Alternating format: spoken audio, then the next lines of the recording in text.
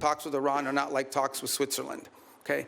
They're very different. They have agreed to negotiate aspects of their nuclear program that just a month ago, or just a year ago, they were refusing to even mention, much less enter into discussions about.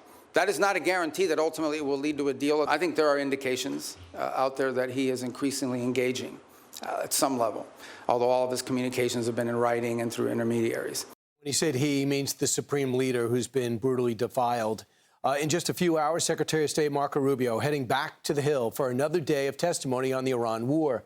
After CENTCOM confirms the U.S. carried out another round of self-defense strikes against Iran as a shaky ceasefire remains in the balance. Our next guest served under President Trump's National Security Council and was the principal architect of the Abraham Accords. Army combat vet Robert Greenway joins us now. Robert, the talks are frustrating. Why do you think they're so frustrating with Iran? Obviously, it's not Switzerland, but there's an additional challenge, isn't there?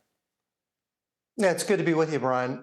There is an additional challenge because of the attacks that have taken place and the circumstances after now several months of conflict with Israel and the United States. It's not clear anyone's in charge in Iran. I think the IRGC are exercising limited control over parts of their organization, but the civil side, I think, is broken down. As a result, it's incredibly complicated to deal with Iran under normal conditions. So these are certainly not normal. It's not clear that anyone is sufficiently representing the Iranian position or could enforce the terms of an agreement if one is reached. So we're looking now, Iran's cadence is this. We try to hit American resources. That doesn't work. We try to break the blockade. It's not effective. So we hit the Gulf states. And, of course, 63 hurt in Kuwait at the airport. They actually went for our bases in Kuwait. We had some people injured at our bases. And now we have the Gulf states pressuring us outside the UAE not to take action. How does that figure into whether we do take action, knowing that they're pushing us seemingly not to take action?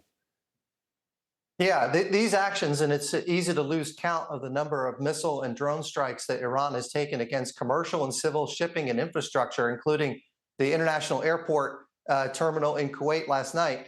It's unclear that they're serious about negotiations at all, nor would they be if we were not negotiating. So if this is what they're like while we're trying to come to an agreement not to shoot at each other, it's not clear that that's going to last. At the same time, you've also got an IRGC officer in the Southern District of New York, a couple blocks from you, who's currently being tried for actively plotting the assassination of the president's daughter. And so it doesn't seem that this is a trustworthy organization. The current representatives are probably not actually in charge. They're certainly not serious about a ceasefire. Right. I think it's only a matter of time before kinetic strikes begin again. The competence of Secretary of State Marco Rubio, I don't think can be challenged, but still, Jackie Rosen tried it yesterday. Watch. I was shocked to see that you were at a party with President Trump in Miami instead of accompanying Vice President Vance to Pakistan for negotiations. What party was I at? I was at a party? It's publicly reported, and there's photos there. But what party? No, but you're going to say that. I'm going to answer it. I'm going to answer that question because that's an absurd statement. I was not at a party. Finish my paragraph. Steve Witkoff and Jared Kushner, both of whom were never confirmed by this body to be America's diplomats, accompanied the vice president in the negotiations. Even Iran's foreign minister was not there, yet you were not, was there, excuse me, and you were not. 100% inaccurate and 100% wrong. Here's why. Number one, the vice president of the United States was there, and he wasn't confirmed by us, and he was elected by the American people. And I was not at a party. Where I was is next to the president, because in the midst of those negotiations, I was in communications with them. I know your staff wrote up this cute statement for your TikTok video, but it's not true, and it's not real. That's not what happened. Okay? I'm the National Security Advisor and Secretary of State. I was co-located with the president in the midst of a high-stakes negotiation so that I could immediately inform him about events occurring halfway around the world. She needed a cornerman to work that after that exchange. Your thoughts? Yeah, it's remarkable that those that purport to be supporting a diplomatic solution against the use of force don't want a diplomatic solution. It's not clear what they are for, but they help manufacture the problem that the president now is boldly facing and successfully doing so. They allowed appeasement of Iran, unlimited access to resources to develop a nuclear program and a ballistic missile program to deliver it, and support terrorist proxies and surrogates around the region and the world. And it seems that that's what they're in support of. Look, whenever your talking points resemble the Iranian regimes, you probably need to revisit your talking points. And I hope that's what happens. But you're undermining the diplomacy they presumably seek to purport to support.